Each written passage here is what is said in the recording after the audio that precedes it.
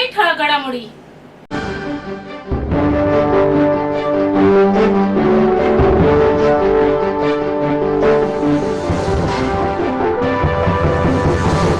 श्री आंबे मातेचा जयघोष आणि महाआरती करून राज्याचे मुख्यमंत्री एकनाथ शिंदे यांनी कोपरीतील चैत्र नवरात्र उत्सवात हजारो भाविकांना सपत्नीक महाप्रसादाचे वाटप केले. यावेळी राज्यातील अनेक दिग्गज नेते व मंत्री ठाण्यात आवर्जून उपस्थित होते. दरम्यान काल रामनवमी असल्याने देवीच्या दरबारात जय श्रीराम रामगीतांचा सांगीतिक कार्यक्रम जल्लोषात पार पडला. निवडणुकीच्या व्यस्त कामातून रात्री उशिरापर्यंत मुख्यमंत्री देवीच्या उत्सवात सहभागी झाले होते. ठाणे पूर्व कोपरी येथील संत तुकाराम महाराज मैदानात मुख्यमंत्री एकनाथ शिंदे यांच्या पुढाकाराने दरवर्षी धर्मवीर श्री आनंद दिघे प्रतिष्ठानच्या वतीने श्री आंबेमा चैत्र नवरात्र उत्सव साजरा केला जातो. यंदा चैत्र नवरात्र उत्सवात मथुरेच्या श्रीकृष्ण जन्मभूमी मंदिराच्या धर्तीवर मंदिराचा देखावा साकारण्यात आलाय. 9 दिवस मुख्यमंत्री एकनाथ शिंदे यांनी त्यांच्या कुटुंबियांनी देवीची प्राण प्रतिष्ठापना, नवकुंडात्मक सहस्रचंडी याग व महाआरती करून नवमीच्या दिवशी हजारो भक्तांना महाप्रसादाचे वाटप केले. स्वतः मुख्यमंत्री एकनाथ शिंदे आणि त्यांच्या पत्नी सौ लता शिंदे यांनी महाभंडाऱ्याच्या आलोट गर्दीत भाविकांना महाप्रसादाचे वाटप करून प्रतिवर्षीचा शिरस्ता पार पाडला. या प्रसंगी मुख्यमंत्र्यांच्या सुशा वृषाली शिंदे, वडील संभाजी शिंदे, मंत्री दादा भुसे, संजय शिरसाट, रवींद्र फाटक, शीतल म्हात्रे, किरण सावंत, नरेश मस्के, जयप्रकाश कोटवानी, संपादक मिलिंद बल्लाळ आदीसह अनेक सेलिब्रिटी व मान्यवर उपस्थित होते. ठाण्यातील जांभेनाका येथे आनंद चॅरिटेबल ट्रस्ट व शिवसेना नेते राजन विचारे यांच्या वतीने आयोजित करण्यात येत असलेल्या चैत्र नवरात्र उत्सवाचे आयोजन करण्यात आले. या उत्सवाच्या 9व्या दिवशी अनेक मान्यवरांनी उपस्थित राहून दुर्गेश्वरीचे दर्शन घेतले. यावेळी आदेश बांदेकर, सुचिता बांदेकर तसेच भाजपचे आमदार संजय केळकर आदी मान्यवर व राजकीय पदाधिकारी उपस्थित राहून त्यांनी दुर्गेश्वरीचे दर्शन घेतले. तसेच सलग 9 दिवस विविध कार्यक्रमाचे आयोजन करण्यात येत असून उत्सवाच्या शेवटच्या दिवशी मराठी सांस्कृतिक परंपरेचे दर्शन घडविणारे नृत्य आविष्कारमय सोहळा किरण मेहले प्रस्तुत रंगला महाराष्ट्र आमचा या खास कार्यक्रमाचे आयोजन करण्यात आले होते. यावेळी अनेक नृत्य आविष्कार सादर करण्यात आले. तसेच या कार्यक्रमात खास आकर्षक म्हणजे धर्मवीर आनंद दिघे अवतरल्याचे पाहायला मिळाले. अभिनेता शशिकांत जाधव यांनी हुबेहूब अशी धर्मवीर आनंद दिघे यांची प्रतिमा साकारली. यावेळी अनेक नागरिकांचे अश्रू अनावर झाले. यावेळी दिघे साहेब अमर रहे या भावपूर्ण घोषणाने संपूर्ण वातावरण भावनिक झाल्याचे पाहायला मिळाले. श्री मेहंदीपूर बालाजी मित्र परिवार आणि रामभक्त सकल हिंदू समाजाच्या संयुक्त विद्यमाने श्री रामनवमी निमित्त ठाण्याच्या कॅडबरी नाका ते वाघेश्री दरम्यान ब्रास बँड, नाशिक ढोलच्या गजरात प्रभू श्री राममूर्तीची भव्य पालखी यात्रा काढण्यात आली होती. भर उन्हात निघालेल्या या यात्रेला राम भक्तांचा उत्स्फूर्त प्रतिसाद लाभला. यावेळी ठाण्याचे माजी खासदार डॉक्टर संजीव नाईक, रुद्र प्रतिष्ठानचे अध्यक्ष ॲडव्होकेट धनंजय सिंग सिसोदिया, उद्योजक अमरसिंग ठाकूर, सराफ सुरेश जैन, भाजपचे संदीप लेले, कैलास म्हात्रे, विलास साठे, प्रशांत गावण आदीसह अनेक मान्यवर उपस्थित होते. पालखी यात्रेत वीर हनुमानाच्या वेशभूषेतील पात्राने उपस्थितांचे लक्ष वेधून घेतले होते. या ठिकाणी अमरसिंगजी,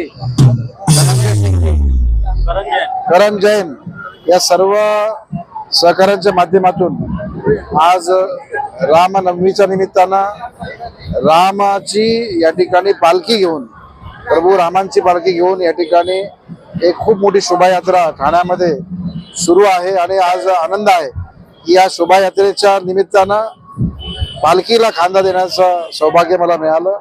आज आपण बघतोय की 500 वर्षानंतर प्रभू रामांच्या रूपानं पुन्हा अयोध्येमध्ये त्यांचं पुनरागमन झालेलं आहे. संपूर्ण देशामध्ये नाही तर पूर्ण जगामध्ये हा आनंद उत्सव होतोय आणि त्याचाच एक भाग म्हणून ठाण्यामध्ये हा उत्सव होत असताना आमचं भाग्य आहे. या चांगल्या प्रकारची ही शोभायात्रा पार पडेल आणि सर्वांच्या जीवनामध्ये आनंद उत्सव यावा अशी प्रभू रामचंद्र प्रार्थना. सर्वांना आम्ही आग्रह करेन की आपण या शोभायात्रेमध्ये सामील व्हा आणि सर्वांनी आपला राम, आपले प्रभू राम या ठिकाणी येतात त्याचं स्वागत करा. TJSB सौर शक्ती कर्ज, गो ग्रीन, करा वीज बिलावर बचत. आकर्षक व्याजदर, 84 महिने परतफेड कालावधी, 80% लोन, व्यावसायिक आणि उद्योजकांकरता सुद्धा. अधिक माहितीसाठी तुमच्या जवळच्या शाखेला भेट द्या किंवा संपर्क साधा.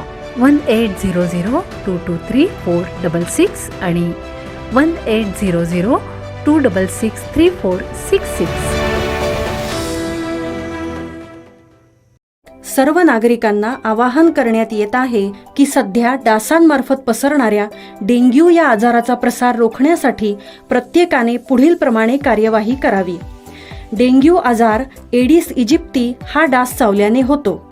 या डासांची पैदास साचलेल्या किंवा साचवलेल्या स्वच्छ पाण्यामध्ये होते. 8 दिवसांपेक्षा जास्त दिवस पाणी उघडे व साचून राहिल्यास त्यात डास अंडी घालतात. अंड्यांच्या अळ्या तयार होऊन पुढे डास तयार होतात. यासाठी आपल्या घरातील पाणी साठे उदाहरणार्थ बॅरल्स, पिंपे, टाक्या, हौद, रांजणे इत्यादी दर आठवड्याला रिकामे करून घासून पुसून कोरडे करून पुन्हा भरावे.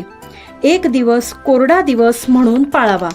पाणी साठ्यांना घट्ट झाकणे बसवावीत किंवा जुनी साडी, चादर, धोतर यांनी बांधून झाकून ठेवावीत, म्हणजे डास त्यात जाऊन अंडी घालणार नाहीत. घराच्या गच्चीवर, आजूबाजूला, अंगणात कोठेही पाणी साचू देऊ नये. भंगार सामान उघड्यावर टाकू नये. उदाहरणार्थ टायर्स, प्लास्टिक सामान, कुंड्या, टाकाऊ वस्तू इत्यादी. अशा सामानात पावसाचे पाणी साठून त्यात डेंग्यूच्या डासांची पैदास होते. घरातील कूलर्स, फ्रीजच्या पाठीमागील ट्रे हे देखील वेळोवेळी कोरडे करावेत. लक्षात ठेवा, नुसत्या फवारणीने डास घनता कमी होत नाही, तर त्यासाठी डास पैदास ठिकाणे नष्ट करणे ही आपल्या सर्वांची जबाबदारी आहे. कोणताही ताप अंगावर न काढता जवळच्या शासकीय रुग्णालयात मोफत औषधोपचार घ्या. अशा प्रकारे नागरिकांनी सहकार्य केल्यास डेंग्यूचा प्रसार रोखणे सहज शक्य आहे.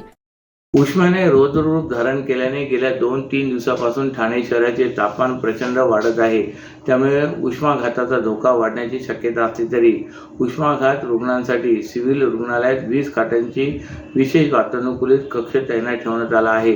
या कक्षात सर्व यंत्रणा सज्ज असून उष्माघातापासून संरक्षण करण्यासाठी घराबाहेर पडताना टोपी, छत्री, पाणी, गॉगल, सुती कपड्यांचा जास्तीत जास्त वापर करण्याचे आवाहन आरोग्य प्रशासनाने केलं आहे. 9 महिन्यापूर्वी सिव्हिल रुग्णालयात पाडून या जागेवर सुपर स्पेशालिटी हॉस्पिटल बांधले आहे. रुग्णांची गैरसोय होऊ नये म्हणून वागळे स्टेट मनोरुग्णालय शेजारी आरोग्य विभागाच्या जागेत तात्पुरत्या स्वरूपाचे सिव्हिल रुग्णालय उभारले आहे. रुग्णांना चांगले उपचार देण्याचा प्रयत्न आरोग्य विभागाचा असून दर दिवशी सुमारे 500 ते 600 रुग्ण उपचारासाठी येत असतात.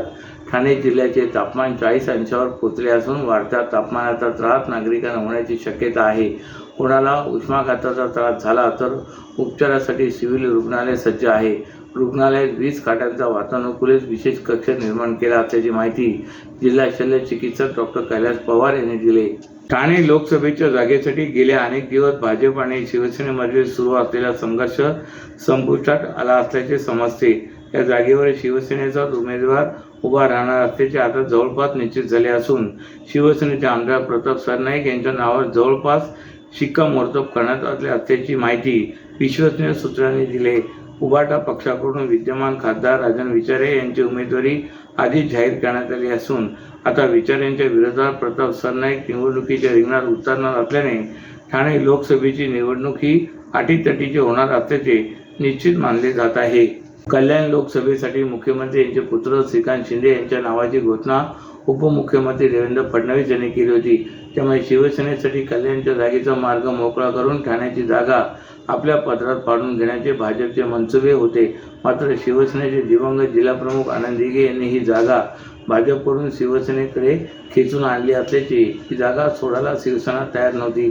अखेर भाजप आणि शिवसेनेमध्ये झालेल्या बैठकीमध्ये ही जागा शिवसेनेला सोडण्यावर निर्णय झाल्याने अखेर भाजपने ठाणे लोकसभेवरील आपला ताबा सोडला आहे.